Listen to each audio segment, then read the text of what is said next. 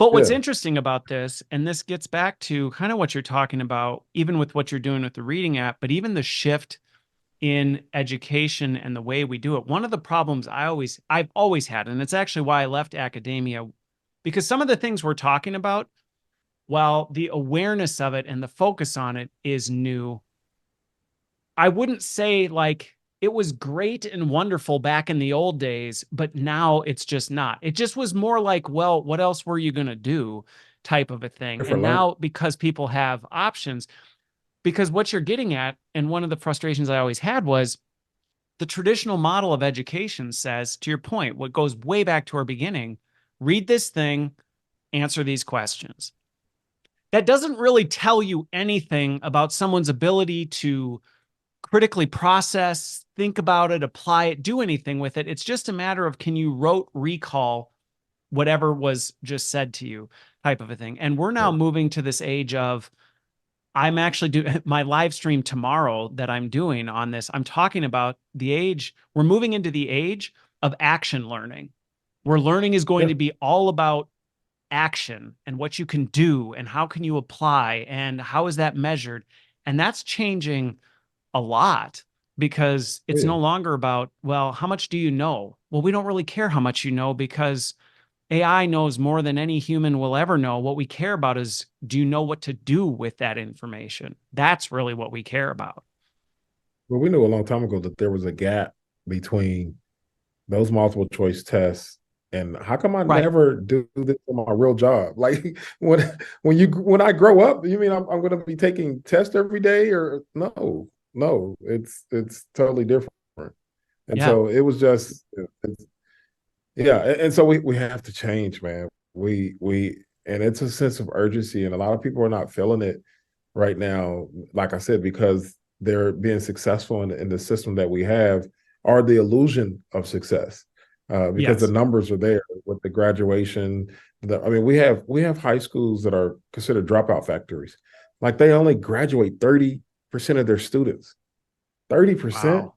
That's that's not even a success rate. Like that's you can't even get happy about that. But that's the norm, and it's a large population of our in our school systems. And so, yeah, I mean, we have to figure out how to engage students, how to deliver information and knowledge.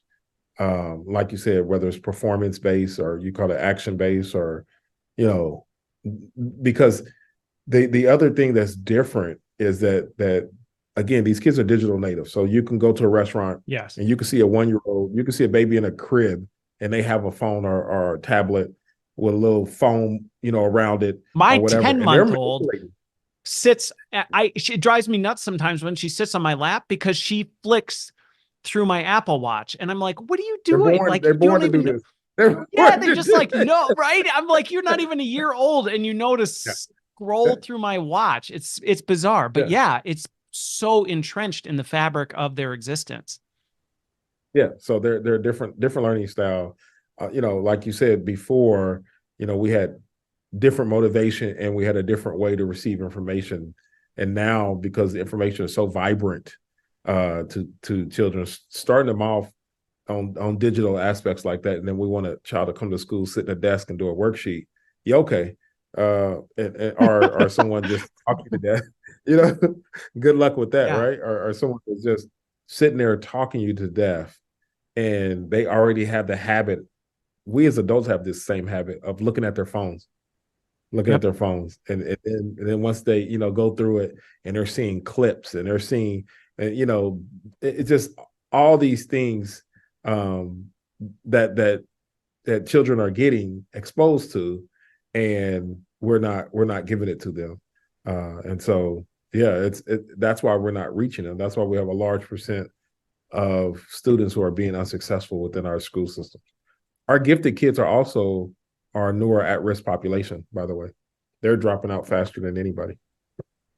They're bored Really? to death. Well, and in some ways that doesn't surprise me because I think it's one of those testaments to the new generation. And I'm seeing this. I talk to a lot of Gen Zers, and now, whatever.